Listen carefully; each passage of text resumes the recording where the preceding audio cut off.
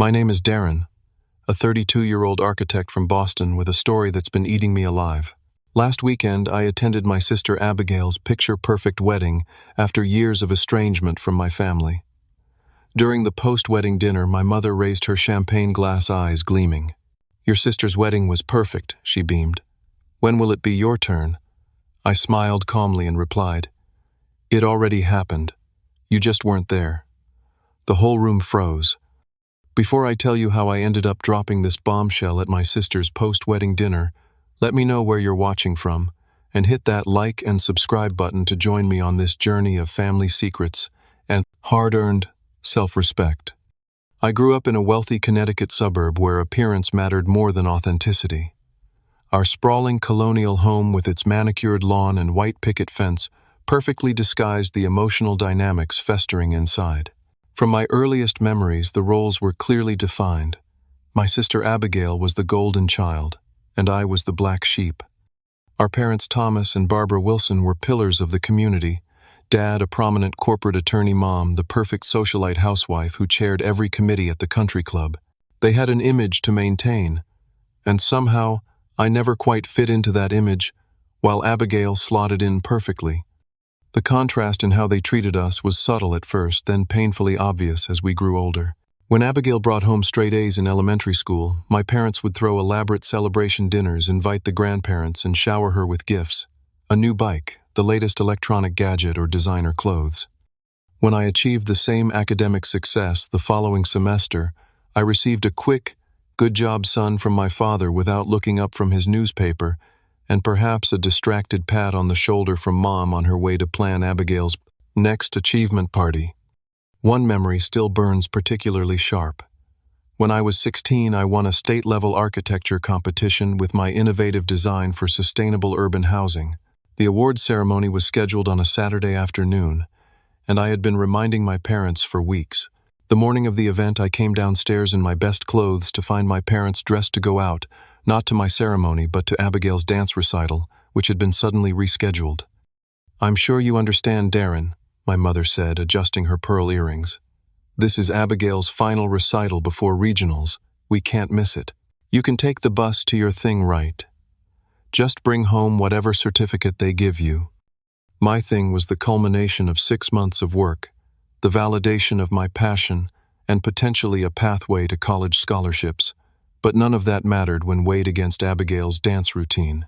I took the bus, accepted my first-place award to applause that echoed hollowly without family there to share it, and brought home not just a certificate, but a substantial scholarship check and an offer for a summer internship at a prestigious architecture firm. When I showed these to my parents that evening, my father glanced at them and said, "Architecture is a risky career, Darrin. You should be focusing on something practical like law. Look how well it's served our family." Then he turned back to fawning over the video of Abigail's performance. My mother was more subtly undermining. She'd say things like, "It's nice that you're good at drawing, sweetie, but is that really going to give you the kind of life you want? Or Abigail has such clear direction with her pre-law focus. Maybe you should talk to her about how she plans her future." As the years passed, I retreated more and more into my designs and drawings. My bedroom became my sanctuary, walls covered with sketches and blueprints, drafting table positioned by the window for natural light. While Abigail was being paraded around at country club events and family gatherings as the future legal star, I was developing my own vision, determination hardening within me to succeed, despite rather than because of my family. When college application time arrived, I applied to MIT for architecture against my father's explicit wishes that I follow the family tradition at Yale Law. When I was accepted with a significant scholarship, thanks in part to that state competition, my parents' reaction was tepid at best. "MIT Island." "Fine," my father said with obvious disappointment, "though I've already spoken to several of my Yale contacts about you." "We're just concerned about your future stability," my mother added. "Abigail has such a clear path ahead at Yale Law." The contrast became even starker when Abigail was accepted to Yale Law 2 years later. My parents threw an extravagant party, invited all their social connections, and my father proudly gave a speech about continuing the Wilson legal legacy. For my MIT acceptance, We had a quiet family dinner where the conversation quickly turned to Abigail's upcoming debate tournament. The college years only widened the gulf. While I was studying architecture at MIT, pushing boundaries with sustainable designs that earned recognition from faculty, my parents remained fixated on Abigail's progress through Yale Law. Phone calls home inevitably included questions about whether I was considering transferring to a more practical program, followed by 15 minutes of updates about Abigail's latest accomplishments. I found my tribe at MIT, other creative-driven individuals who valued innovation and weren't bound by rigid social expectations. For the first time, I experienced what it felt like to be valued for exactly who I was, not constantly measured against someone else's yardstick. Graduation day brought the pattern into painful clarity. My parents attended, of course. Appearances mattered. But they arrived late, left early to beat traffic, and took exactly 2 photos. When I introduced them to my favorite professor, who had mentored me through award-winning projects, they made polite small talk for exactly 90 seconds before my mother checked her watch and mentioned they needed to get home to prepare for Abigail's law school graduation the following weekend. For Abigail's Yale Law graduation, they rented out an entire restaurant for the celebration, flew in relatives from across the country, and presented her with a brand new luxury car with a big red bow. I received a check that wouldn't cover even 1 month's rent in Boston, where I'd accepted a position at a competitive architecture firm. "It's not that we're not proud," my mother said, "but Abigail's accomplishment is the culmination of a family tradition. You chose a different path." That different path led me to Boston, where I established not just physical distance, but emotional boundaries with my family. I threw myself into my work believing naively that if I could just achieve enough professional success, my parents would finally see me as worthy of the same pride and attention they lavished on Abigail. Looking back now, I realize I was still seeking their validation, still believing I could earn their respect if I just accomplished enough. It would take years and a different kind of love altogether for me to understand that some voids can't be filled by achievement, and some approval will never come no matter how deserving you might be. My early career in Boston was a baptism by fire. I'd landed a position at Henley and Associates, a cutthroat architecture firm known for innovative designs and brutal work culture. 18-hour days were the norm, not the exception. Competition among junior architects was fierce, with everyone fighting for a chance to contribute meaningfully to major projects rather than just drafting bathroom details and stairwells. 6 months, in exhausted and questioning my choices, I was assigned to a renovation project for a historic library building. That's when Marcus entered my life quite literally through the conference room door 15 minutes late to our first project meeting. "Sorry for the delay," he said, sliding into the chair beside me. Structural assessment on the north wing took longer than expected. Marcus James was the structural engineer assigned to the project, brilliant, confident, with a dry sense of humor that made even the most tedious planning meetings bearable. Our professional relationship began with terse exchanges about load-bearing capacities and foundation reinforcements. I found him frustratingly meticulous, questioning aspects of my designs that I thought were perfectly sound. In retrospect, he was right about most of those concerns, though it took me weeks to admit it. The turning point came late one night when we were both working overtime trying to resolve an issue with the library's century-old dome that was compromising both historical integrity and safety codes. "Your design is beautiful, Darrin," he said, studying my latest revision, "but it won't stand up to a New England winter without additional support here and here." He pointed to specific areas, explaining structural principles I'd overlooked in my aesthetic focus. Instead of being defensive, something shifted in me. I asked questions. He explained patiently. We ordered takeout and worked until 3 in the morning, eventually creating a solution that preserved my design vision while meeting his structural requirements. After that night, our collaboration deepened into friendship. We began meeting outside of work, museum exhibitions, on architectural history, discussions over coffee, about our favorite buildings around the world, debates about whether Gaudí or Wright had more lasting influence. I can't pinpoint exactly when friendship evolved into something more. Perhaps it was the night Marcus took me to see a retrospective on Japanese temple architecture, and I realized he'd remembered an offhand comment I'd made weeks earlier about my fascination with those structures. Perhaps it was when he sketched a concept for a treehouse observatory on a napkin at dinner, designed specifically around interests I'd shared with him. What I do know is that falling in love with Marcus felt like finding a missing structural element in my own life design, something that had always been absent but whose shape I couldn't quite define until it was there, making everything more stable, more purposeful. The irony wasn't lost on me that while I was finally finding profound connection and acceptance, I was simultaneously avoiding sharing this significant part of my life with my family. Not primarily because Marcus was a man, though I had no illusions about my conservative parents' likely reaction to that, but because years of emotional neglect had conditioned me to believe that nothing important to me would ever be important to them. I made half-hearted attempts during holiday visits home. I've met someone special. I began during Thanksgiving dinner, only to have my mother interrupt with, "Did you hear Abigail's been selected for a prestigious clerkship? Tell everyone the news, Abby." At Christmas, I tried again. "There's someone important in my life. I'd like you to meet sometime." My father barely looked up from carving the turkey. "That's nice, son. Speaking of important people, my golf partner Judge Sullivan might have an opening in his firm if you're finally ready to consider law." Meanwhile, my relationship with Marcus deepened.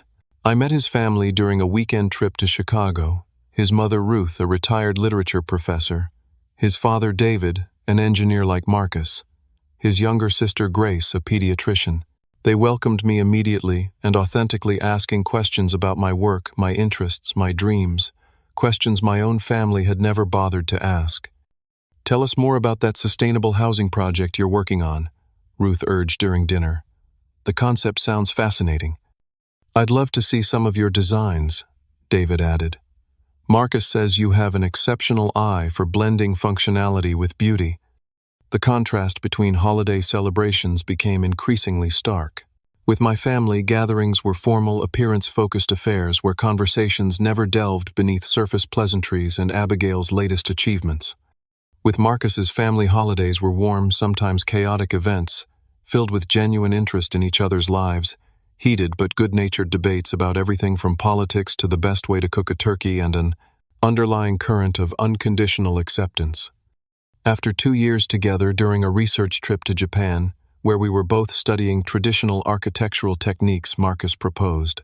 We were standing in a 17th-century garden in Kyoto, the interplay of natural and designed elements, creating perfect harmony around us. "I want to build a life with you," he said, simply holding out a platinum band. "Something as beautiful and enduring as this garden, but uniquely ours." The joy of that moment was shadowed only by the decision I now faced whether to invite my family to our wedding. Marcus, ever supportive, left it entirely up to me. "They're your family," he said. "If you want them there, we'll make it work. If you don't, I understand completely." I made one final attempt at connection during a dinner visit home. I told them about Marcus, about our engagement, about our plans for a fall wedding. Their reaction was exactly what I'd feared. My mother's tight smile, my father's frown, the immediate change of subject to Abigail's recent court victory. As we left that night, my mother pulled me aside. "Darrin, you've always been different. But this lifestyle choice, it's not something we can support or celebrate. I hope you understand why we wouldn't be comfortable attending such an event." The pain of that rejection was acute, but strangely clarifying. Driving back to Boston that night, I realized I was finally free from the burden of seeking their approval. Marcus and I would plan our wedding surrounded only by people who truly loved and supported us. His family, our friends, our chosen community. "I'm sorry they won't be there," Marcus said, holding my hand as we drove through the night. "I'm not," I replied, surprised to discover it was true. Our wedding should be filled with love, not judgment. They've made their choice, and I'm making mine. The final attempt to include my family came 2 months before the wedding. I called on a Sunday afternoon, catching my mother between her garden club meeting and dinner preparations. "Mom, I'm calling about the wedding invitations," I began. "We're finalizing the guest list and I wanted to—" "Oh, Darrin," she interrupted, voice tight. "I was just about to call Abigail about her clerkship interview. Did you hear she's being considered for Judge Harmon's office? It's quite prestigious. I pressed on. That's great for Abigail. But about the wedding, Darrin, your father and I have been very clear about our position. We can't support this arrangement. It goes against everything we believe. Her voice dropped to a whisper, as though neighbors might overhear through the phone. Have you considered that this phase might pass if you don't rush into anything? The familiar pain stabbed through me, but it was duller now expected. It's not a phase, Mom. Marcus and I are getting married in October. I'm sending you an invitation. You and Dad can decide whether family means enough to attend. There was a long silence before she replied, I need to start dinner now. Give my regards to your friend. That conversation solidified what I'd already known in my heart. Our wedding would proceed without my birth family present. The realization was both liberating and painful, like lancing a long-festering wound. The infection of hope, that somehow they would change, that they would finally see and accept me, drained away, leaving room for healthier expectations to grow. We chose the Bowditch Modern Museum for our venue, a striking glass and steel structure I had admired since my first year in Boston. With its soaring ceilings and walls of windows overlooking the harbor, it embodied the perfect marriage of aesthetic beauty and architectural precision, much like what Marcus and I hoped to build in our life together. The October day dawned clear and crisp, fall foliage at its peak, the harbor water reflecting a brilliant blue sky. The ceremony space featured minimalist white chairs arranged in a semicircle rather than traditional straight rows, symbolizing the community gathering around us rather than dividing into sides. Marcus's father, David, helped me with my tie in the preparation room, his hands steady and sure. I'm proud to be gaining you as a son-in-law, he said, eyes crinkling with genuine emotion. The way you see the world, the spaces you create, you've brought new dimensions into our family's life. Those simple words, the paternal pride and acceptance I'd craved my entire life, nearly undid me. I hugged him, unable to speak for a moment. He seemed to understand, patting my back gently before stepping away to discreetly wipe his own eyes. The ceremony itself was everything we'd hoped for, intimate, meaningful, focused on our commitment rather than tradition for tradition's sake. 60 of our closest friends and Marcus's family witnessed our vows, which we had written ourselves. My college roommate Thomas stood as my best man, while Marcus's sister Grace served as his best woman. There was a poignant moment during David's speech at the reception when he referenced family. Today our family doesn't just gain a son-in-law, he said, raising his glass. Darrin, you become our son, our brother, part of the tapestry of our lives going forward. You have always had and will always have a place at our table, in our homes and in our hearts. The contrast between this wholehearted welcome and my own parents' rejection created a complex emotional undertow beneath my joy. I felt simultaneously embraced and abandoned, celebrated and rejected. Looking around at the faces of those who had chosen to be there, friends who had supported my journey, colleagues who respected my work, Marcus's family who had embraced me without reservation, I realized I was experiencing the true meaning of family for perhaps the first time. Marcus and I spent 2 weeks in Scandinavia for our honeymoon, touring architectural landmarks from ancient wooden stave churches to cutting-edge contemporary buildings. We sketched and photographed, discussed and debated, each of us seeing details the other might have missed. Beyond the professional stimulation, there was a deeper joy in simply being together, building memories in beautiful spaces, planning our future projects and dreams. Upon returning to Boston, we began the next phase of our life together, buying and renovating a historic brownstone in the South End. The process was both challenging and rewarding, our complementary skills creating something neither of us could have achieved alone. Marcus's structural expertise ensured the 200-year-old building was sound and safe, while my design vision transformed cramped Victorian rooms into flowing modern spaces that still honored the home's history. Our professional lives flourished in parallel. I was promoted to senior architect at my firm while Marcus established his own structural engineering consultancy. We began collaborating on projects that garnered attention for their innovative blending of aesthetic beauty and structural integrity, first locally, then nationally. A sustainable mixed-use development we designed for a formerly industrial neighborhood won an American Architecture Award, establishing our professional reputation as a team. Yet amid this professional and personal fulfillment, there remained painful reminders of my family's absence.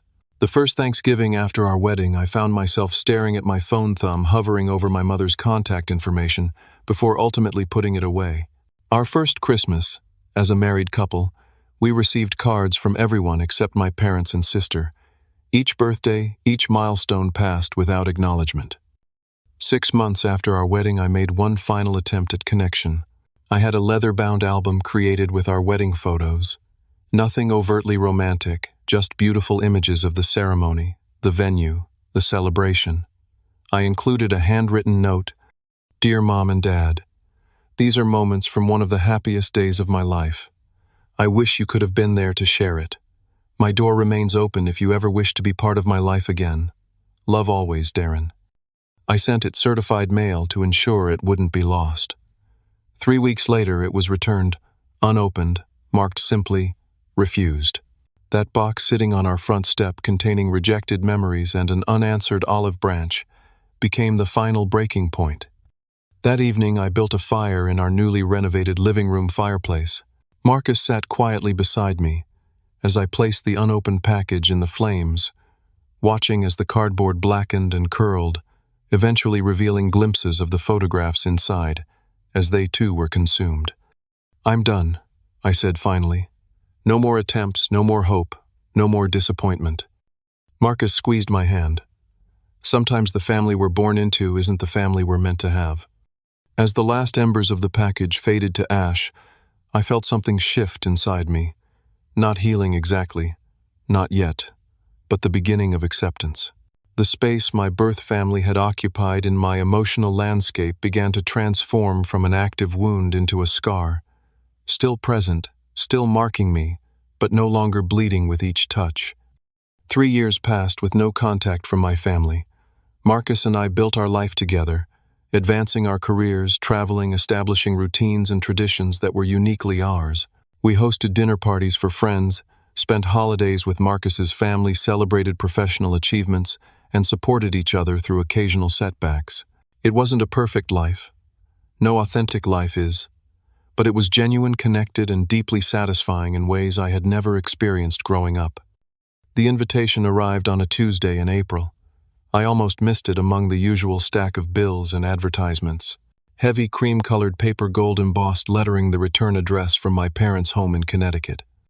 "Miss Abigail Elizabeth Wilson and Mr. James Alexander Montgomery request the honor of your presence at their wedding celebration." My hands trembled slightly as I read through the formal wording, noting the extravagant details. Ceremony at St. Thomas Episcopal Church, reception at the Westfield Country Club, black tie attire required. So perfectly aligned with the image my parents had always cultivated. But it was the handwritten note folded inside that truly shocked me. "Darrin, I know it's been a long time. Too long. I miss my brother. I'd really like you to be at my wedding if you can find it in your heart to come. There's a lot I want to say to you in person. Love, Abigail. P.S. Mom and Dad don't know I'm sending this. I've reserved you a spot regardless." I sat on our kitchen stool for nearly an hour, staring at that note, emotions cycling through me like weather systems: surprise, anger, curiosity, longing, resentment, and beneath it all, a stubborn kernel of familial love that refused to be extinguished, despite years of neglect. When Marcus came home, I wordlessly handed him the invitation. He read it carefully, then looked at me with those eyes that always seemed to see straight to my core. "What are you thinking?" he asked simply. "I don't know," I admitted. "Part of me wants to throw it away and pretend it never came. Part of me is curious. Part of me still cares about Abigail despite everything." Marcus nodded. "Those are all valid reactions. You don't have to decide tonight." But the invitation nagged at me through dinner, through our evening routine, into the darkness as we lay in bed. "I think I need to talk to her," I finally said. Not necessarily to attend, but to at least understand why now, after all this time. The next day I called the number Abigail had included in her note. She answered on the second ring, her voice instantly familiar yet somehow different, less certain than I remembered. "Darrin, is it really you?" The genuine emotion in her voice caught me off guard. "Hello, Abigail.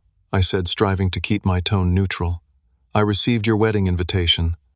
What followed was the most honest conversation we'd had in perhaps our entire lives. Abigail apologized for her role in the family dynamics, for accepting preferential treatment without questioning it, for not standing up for me when our parents dismissed my achievements and life choices. "I was selfish," she admitted. "It was easier to accept being the favorite than to question why they treated you differently. I'm not proud of that." When I asked why she was reaching out now, her answer surprised me. "James, my fiancé, he helped me see things differently. When I told him about you, about our family situation, he was genuinely appalled. He asked questions that made me uncomfortable, made me see our parents' behavior through outside eyes for the first time. And Mom and Dad, they don't know you're inviting me." There was a pause before she answered. "No, they still have their views. I'm hoping that seeing you again, perhaps meeting Marcus, might help change their perspective. But I won't lie to you. It won't be easy." Then came the request that felt like a punch to the stomach. "I was hoping maybe you could come alone just for the ceremony and dinner, just to avoid complications with Mom and Dad. Then maybe later we could arrange—" "Avoid complications," I interrupted. "You mean hide my husband, pretend my marriage doesn't exist to make our parents comfortable?" "I'm sorry," she backpedaled quickly. "That was wrong of me to ask. Of course Marcus is welcome. I'm trying to navigate this the best I can." After we hung up, I paced our living room, conflicted and frustrated. Marcus listened patiently to my ranting, offering neither advice nor judgment, simply providing space for me to process. "What would you do?" I finally asked him. "I think you should go," he said thoughtfully. "Not for your parents, not even primarily for Abigail, but for yourself. For closure, for the chance to stand in that space as the person you truly are, not the person they wanted you to be." His wisdom, as usual, cut through my confusion. "Will you come with me?" "If you want me there, wild horses couldn't keep me away," he replied with a smile. "If you need to go alone, I'll support that too." In the end, I decided to attend, but on my own terms. I would wear my wedding ring proudly. I would bring photos of our life together on my phone. I would answer questions honestly if asked. I would not hide who I was or whom I loved, but I would also not deliberately create confrontation. I purchased an expensive suit, selected a crystal vase from Abigail's registry, and crafted a card with careful, measured words of congratulation. The night before we were to drive to Connecticut, I lay awake thinking about the family home I hadn't seen in 3 years, wondering if my old bedroom still existed or if it had been converted to some other purpose, a physical manifestation of my erasure from family history. The drive from Boston to Greenwich was just under 3 hours, but it felt like traveling back in time. Each mile marker seemed to peel away a layer of the independent adult life I'd built, revealing beneath it the insecure, approval-seeking boy I'd once been. By the time we pulled into the hotel parking lot, I felt both fortified by Marcus's reassuring presence beside me and terrified of reverting to old patterns in my family's presence. "Remember who you are now," Marcus said, squeezing my hand before we parted ways. He to explore the town while I attended the pre-wedding dinner alone, a compromise I'd suggested. "Not who they expect you to be." With those words echoing in my mind, I drove the familiar route to my parents' house, where the rehearsal dinner would be held in their impeccably landscaped backyard. The massive colonial looked exactly as I remembered, imposing perfect cold. I sat in the car for several minutes, gathering my courage before finally walking up the flagstone path to the front door I had once called home. The front door opened before I could ring the bell. My mother stood there looking barely aged from my memory, hair perfectly colored and styled makeup, flawless designer dress immaculate. For a moment we simply stared at each other, the weight of 3 years of silence hanging between us. "Darrin," she finally said, her voice formal, as though greeting a distant acquaintance rather than her son. "You came." "Abigail invited me," I replied, simply, neither offering a hug nor extending my hand. "Yes, well," she glanced over her shoulder, then lowered her voice. "We should be clear before you join the others. Your father and I expect discretion tonight. This is Abigail's moment, and we won't have it overshadowed by controversial topics." The old familiar pain flared, but I was prepared for it now. I'm here to celebrate Abigail's engagement, not to discuss my life. but I won't lie if asked direct questions. She pressed her lips together, then stepped aside to let me enter. The house smelled the same, lemon polish, fresh flowers, and the lingering scent of my mother's signature perfume. We walked in strained silence through the foyer into the backyard where approximately 30 people were gathered on the patio and manicured lawn. My father stood near the bar talking with a group of men I recognized as his law partners. When he spotted me, his expression flickered briefly with something unreadable before settling into a neutral mask. He excused himself from his conversation and approached, offering a stiff handshake. "Darrin, didn't think you'd make it." His eyes dropped briefly to my left hand, where my wedding band gleamed in the early evening light, but he made no comment. "I wouldn't miss Abigail's wedding," I replied, meeting his gaze steadily. He nodded once, then quickly changed the subject to a safe topic. "The firm's expanded since you were last here. Added 3 new partners, opened an office in Hartford." Before I could respond, a familiar voice called my name. Abigail hurried across the lawn, looking radiant in a simple white dress, her expression openly joyful. Unlike our parents, she threw her arms around me in a genuine embrace. "You actually came. I was so afraid you wouldn't." She pulled back, studying my face. "You look great, Darrin. Really great." "So do you," I said, meaning it. There was a glow about her that went beyond bridal excitement. She seemed more authentic, somehow less perfectly polished than I remembered. "Come meet James," she insisted, taking my hand and pulling me toward a tall man with kind eyes and an easy smile.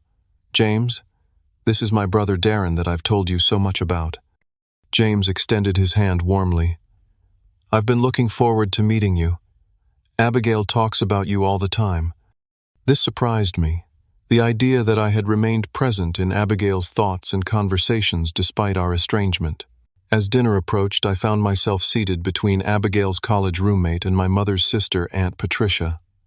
Neither seemed aware of the family rift, making polite conversation about my work and life in Boston.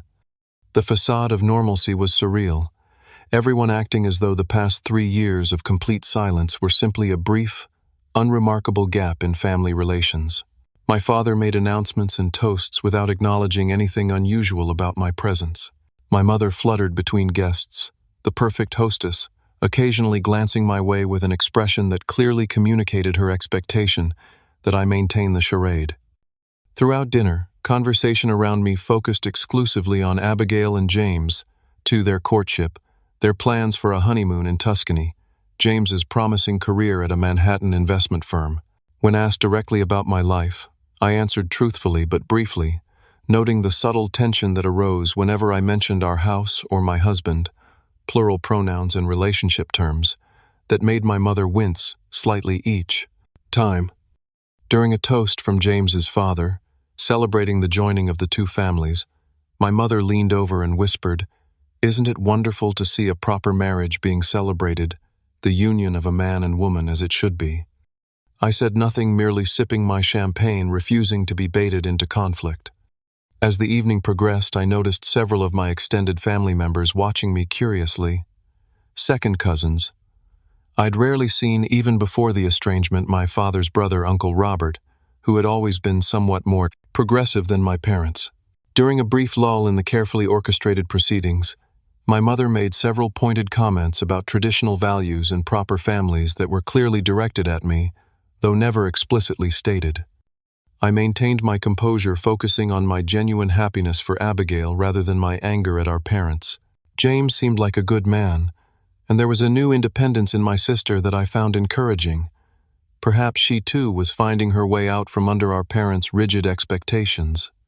After dinner, as guests mingled on the patio where string lights created a warm glow against the darkening sky, I noticed my mother watching me from across the space. The champagne in her hand, likely not her first, seemed to have emboldened her. She made her way toward me, social smile firmly in place. "Walk with me a moment, Darrin," she said, linking her arm through mine in a show of maternal affection that felt foreign after so many years of emotional distance. She guided me to a quiet corner of the garden, away from other guests. "You're looking well," she offered, eyes assessing my appearance. "Boston must agree with you. Your firm is doing well." "Very well," I replied cautiously. We won the National Design Award last year for our work on the Harbor Point development. That's nice, she said with the same dismissive tone she'd always used for my achievements. I saw in Architectural Digest that Thomas Hendrick's firm won the international prize. Wasn't he in your class at MIT? The familiar sting of her backhanded compliment, acknowledging my success only to immediately compare it unfavorably to someone else's, was so predictable it was almost comical now. The difference was that it no longer had the power to wound me deeply. Thomas does excellent work, I said simply. We have different aesthetic approaches. She nodded absently, then gestured toward the party. Isn't this lovely Abigail has always known exactly what she wanted? The wedding tomorrow will be absolutely perfect. The church flowers alone cost more than most people's entire ceremonies. She sighed contentedly, then fixed me with a look that was half challenge, half curiosity. Your sister's wedding will be perfect, she said, an undeniable beam of pride in her expression. Then came the question delivered with practiced casualness that couldn't quite mask its barbed intent. When will it be your turn, Darrin? To have a proper wedding, I mean. With a lovely bride like James has found in Abigail. Something calm and clear crystallized within me. This moment, this exact moment, was why I had come. Not for reconciliation, which now seemed an impossible fantasy, but for truth. For standing firmly in who I truly was without apology or shame. I met her gaze directly, my voice quiet but steady. It already happened. 3 years ago. You just weren't there. The words landed with physical force. My mother's champagne glass froze halfway to her lips, her eyes widening. Behind us, I realized several nearby conversations had stopped abruptly. My father, who had apparently been approaching, halted mid-stride. The entire corner of the garden seemed to crystallize in silence. What did you say? My mother finally managed her voice, barely audible. I said my wedding already happened. I repeated louder now, not shouting, but clear enough that there could be no misunderstanding. 3 years ago, October 12th, at the Bowditch Modern Museum in Boston. You and Dad chose not to attend when I invited you. Marcus and I have been married for 3 years now. The silence that followed was absolute. My mother's face drained of color. My father's expression darkened as he closed the distance between us with purposeful strides. From the corner of my eye, I saw Abigail moving toward us as well, alarm, evident in her quickened pace. The confrontation I had both feared, and perhaps unconsciously sought, had finally arrived, and strangely I felt nothing but calm readiness to face whatever came next. My mother recovered her composure first, her shocked expression quickly replaced by one of cold anger. This is hardly the time or place for your provocations, Darrin, she hissed, glancing anxiously at the guests who were pretending not to notice the tension, but were clearly listening intently. My father reached us, his face flushed with barely controlled rage. You've gone too far, he said in the low, dangerous tone I remembered from childhood scoldings. You've deliberately chosen to ruin Abigail's moment. Is that why you came? To cause a scene? Before I could respond, Abigail stepped between us, her back to our parents as she faced me. Darrin, I'm so sorry, she said loud enough for them to hear. I didn't know they never acknowledged your wedding. That's unforgivable. She turned to our parents, something new in her posture, a straightness to her spine, a lift of her chin that I'd never seen when she addressed them. Is this true? Darrin invited you to his wedding and you refused to go? Abigail, our mother began placatingly. This is hardly the time. It is exactly the time, my sister interrupted with surprising firmness. I've spent my entire life watching you two favor me over Darrin, dismiss his accomplishments, and minimize his feelings. I accepted it because it was easier than questioning it. But this, refusing to attend his wedding, that's beyond favoritism, that's cruelty. My father's expression hardened. Your brother chose a lifestyle we cannot condone. We made that clear to him. He didn't choose anything, Abigail shot back. He fell in love, just like I fell in love with James. The only difference is the gender of the person he loves. The conversation had drawn attention now, with nearby guests openly watching the family drama unfold. James appeared at Abigail's side, placing a supportive hand on her back. My mother made a last, desperate attempt to salvage appearances. "Perhaps we should continue this discussion privately," she suggested with a tight smile directed at the onlookers. "No," I said firmly. "I've had enough privacy, enough secrets, enough pretending. For years I've been erased from this family because I didn't fit the narrative you wanted. I'm done with that." I pulled out my phone, opened my photo gallery, and held it up. "This is my wedding day," I said, showing the screen to anyone close enough to see. "This is my husband, Marcus. This is the life and family I've built because you gave me no choice but to create my own." To my surprise, several relatives moved closer to look at the photos. My Aunt Rebecca, my mother's younger sister, peered at the screen with genuine interest. "You look so happy," she said softly. "I wish I had known. I would have been there." "Me too," added my cousin James. "Mom and Dad never mentioned you were getting married." My aunt looked at my mother reproachfully. "Barbara, you never said a word about Darrin's wedding. All these years we thought he was just busy with his career in Boston. You deliberately kept this from the extended family, didn't you?" My mother's carefully constructed facade began to crumble. "It wasn't a proper wedding," she insisted. "We couldn't expect family to—" To what Aunt Rebecca interrupted. "To support your son. To celebrate his happiness. That's exactly what family is supposed to do." My father attempted to reassert control. "This is our family's private business," he stated firmly. "And Darrin has deliberately chosen to disrupt Abigail's celebration with his announcement." Actually, Abigail countered, "I think what's being disrupted is the fiction that we're a perfect, loving family. We're not. We never have been. And I'm tired of pretending." In that moment, something extraordinary happened. The carefully maintained Wilson family image, cultivated over decades of appearances and pretense, shattered completely. Relatives began speaking up, sharing their own observations of how I'd been treated differently throughout childhood. Cousins admitted they'd always wondered why I'd become so distant. Even James's parents expressed their shock at learning the circumstances. My Aunt Rebecca approached me privately, while others were debating. "I always suspected something like this," she admitted. "The way Barbara would change the subject whenever anyone asked about you. I should have reached out directly. I'm sorry, Darrin." My cousin Lisa showed similar regret. "We thought you just didn't want to be around family anymore. No one told us you'd gotten married. I would have sent a gift attended if I could have." As more family members expressed similar sentiments, I felt a strange mix of vindication and grief, validation that the differential treatment hadn't been my imagination's sorrow for the relationships I might have had if not for my parents' control of the narrative. Throughout this revelation, my parents stood increasingly isolated, their authority and version of reality challenged for perhaps the first time. My mother eventually retreated inside the house, unable to maintain her composure. My father followed shortly after, citing the need to check on her. With their departure, the atmosphere shifted. Abigail approached me, tears in her eyes. "I'm so sorry, Darrin. I knew they treated you differently, but I never realized how far it went. Can you forgive me for being complicit all these years?" "There's nothing to forgive," I told her honestly. "We were both playing the roles they assigned us. You didn't create the dynamic."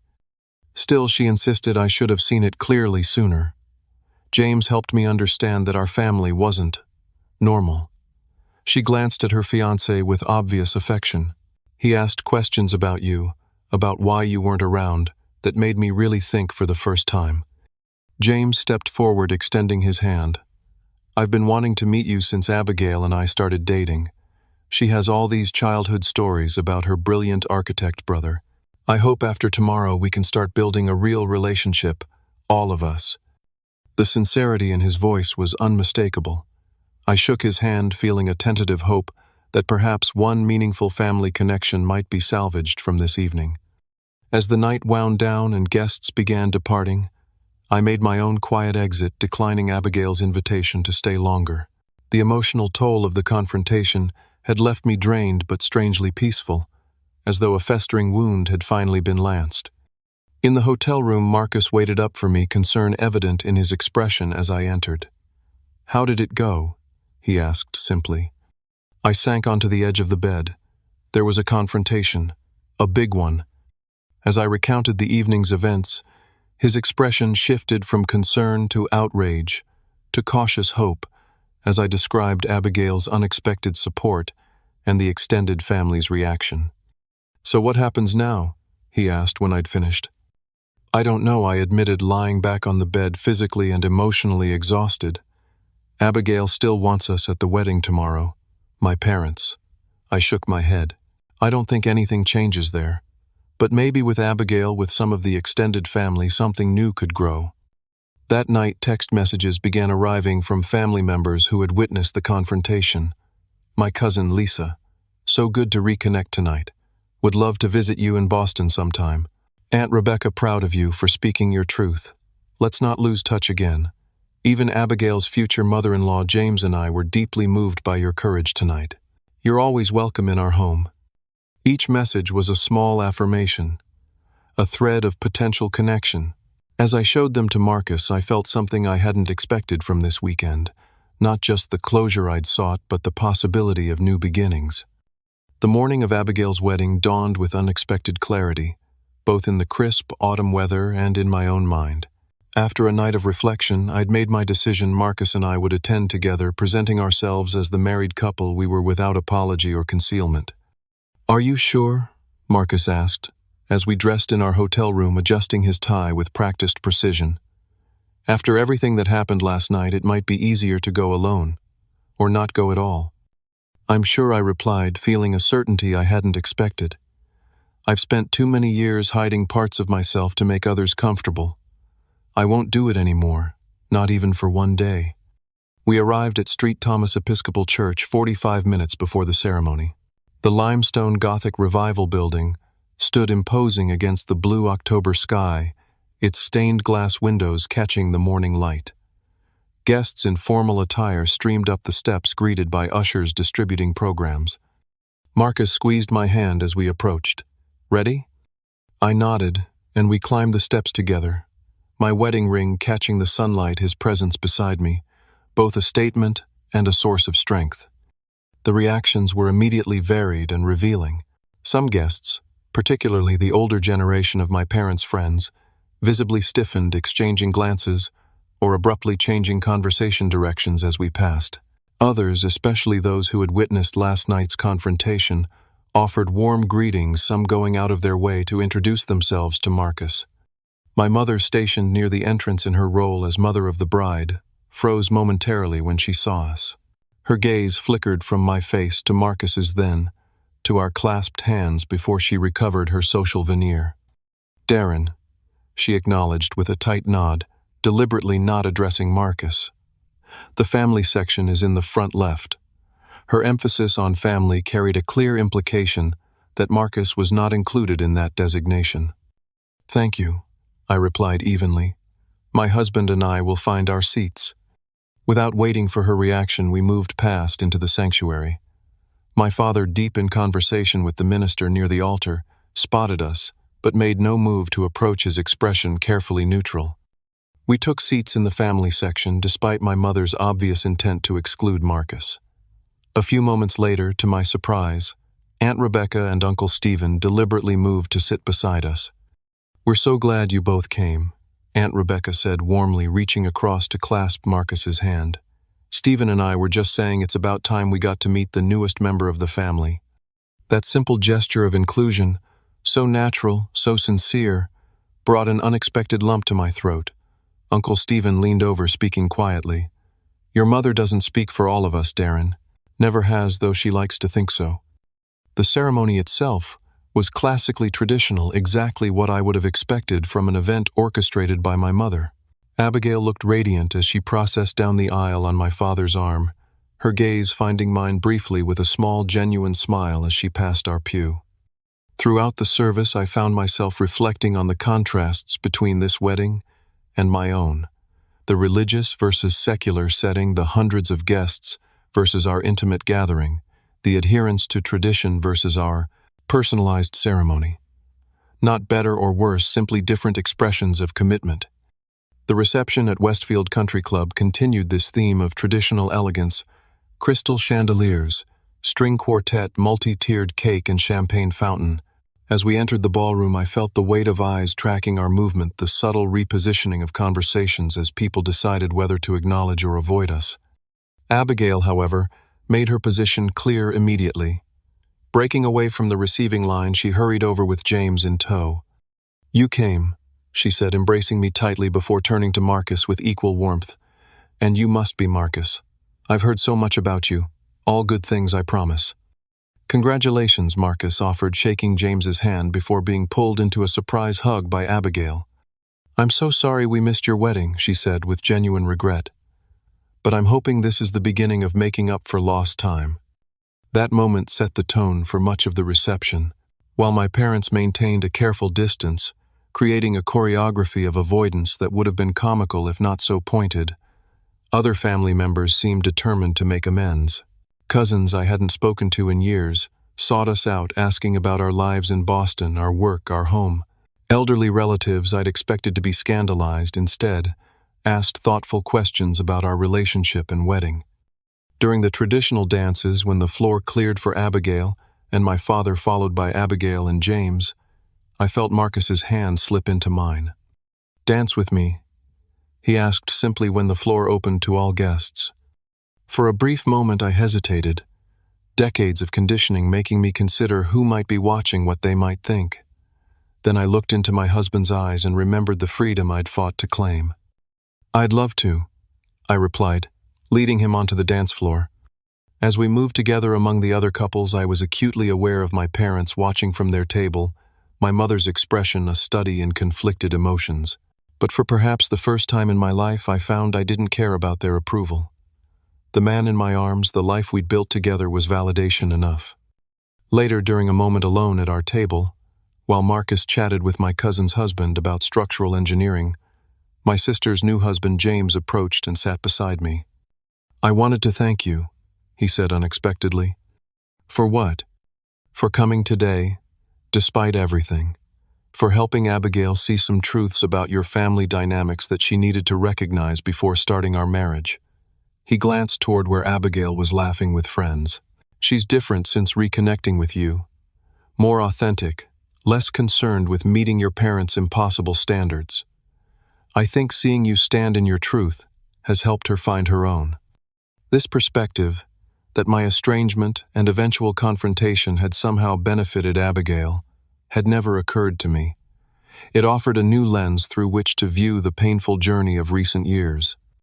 As the reception continued, I noticed my parents maintaining their careful distance, speaking with us only when social convention absolutely demanded it.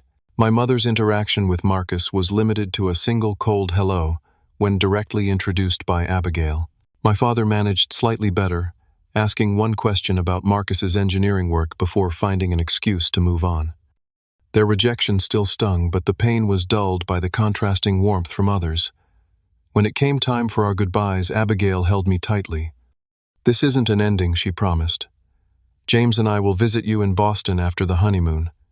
I want to see your home, meet your friends, be part of your life again." "I'd like that," I replied, surprised to find I meant it completely. The drive back to Boston with Marcus that evening felt like emerging from a long tunnel into open air. We processed the weekend's events, the unexpected allies, the persistent rejection from my parents, the promise of a renewed relationship with Abigail. "How are you feeling?" Marcus asked, as the city skyline came into view, our home waiting beyond. "Lighter," I realized. Not completely healed, but lighter. 6 months passed, bringing significant changes. True to her word, Abigail and James visited us in Boston, spending a weekend exploring our neighborhood, meeting our friends' genuine interest in our lives, evident in their questions and observations. We showed them our favorite restaurants, the architectural landmarks that inspired us, the community we'd built in my parents' absence. "I get it now," Abigail said our last night together, sitting in our living room with glasses of wine. "Why you love it here. It's not just the city. It's the life you've created, the freedom to be fully yourselves."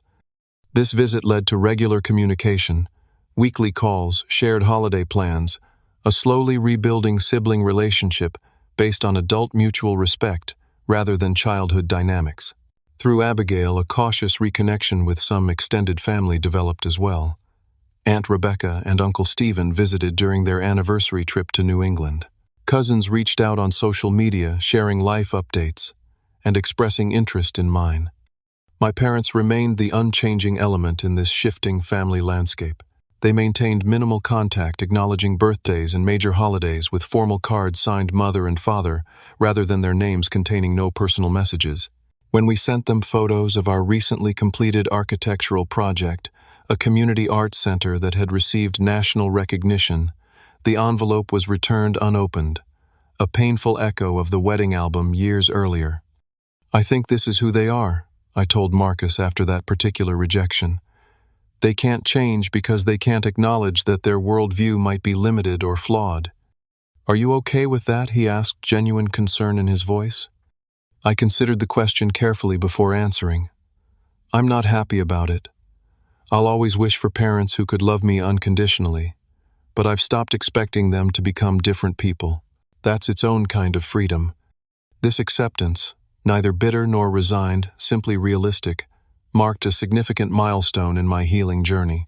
The understanding that my worth wasn't dependent on my parents' validation, that family could be created rather than merely inherited, allowed me to focus on building connections that nourished rather than diminished me.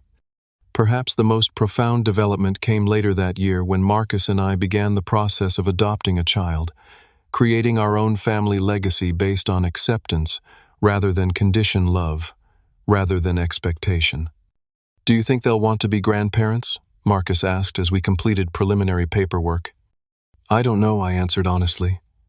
"But our child will have grandparents in your parents' chosen family and our friends, and at least one aunt and uncle in Abigail and James. That's more than enough love to grow up with." Looking back now, on that moment at Abigail's wedding when I finally spoke my truth aloud, it already happened. You just weren't there. I recognize it as the pivotal point where I stopped seeking external validation and fully claimed my own life narrative. Family isn't always who raises you. Sometimes it's who sees you for who you truly are, who celebrates rather than merely tolerates your authentic self, who creates space for you to grow rather than a box for you to fit within. The family I've built with Marcus, with friends who became chosen siblings with his parents, who welcomed me as a son with my sister, who found her way back to genuine connection. This is the legacy I choose to nurture and expand. Have you ever had to create boundaries with family to protect your own well-being? What helped you find peace with difficult family relationships? Share your thoughts in the comments below. If my story resonated with you, please hit that like button and subscribe to hear more journeys of finding authenticity despite family expectations. Remember, sometimes the most powerful act of self-love is acknowledging that while we can't choose our birth family, we can absolutely choose who gets to be part of our life story. Thank you for listening. And until next time, be true to who you are. It's the only path to genuine happiness.